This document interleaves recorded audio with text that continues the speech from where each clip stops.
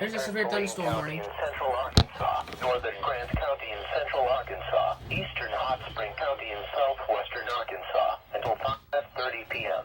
At 4:40 p.m., a severe thunderstorm was located over Melbourne, moving northeast at 45 miles per hour. This is a very dangerous storm. Hazard, 80 miles per hour wind gusts and tennis ball-size hail. Source, radar indicated. Impact, flying debris will be dangerous to those caught without shelter. Mobile homes will be heavily damaged. Expect considerable damage to roofs, windows, and vehicles. Extensive tree damage and power outages are likely.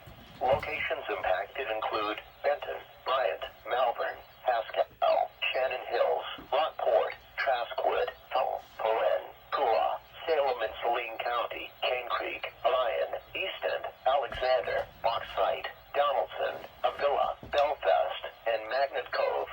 This includes Interstate 30 between mile markers 87 and 125.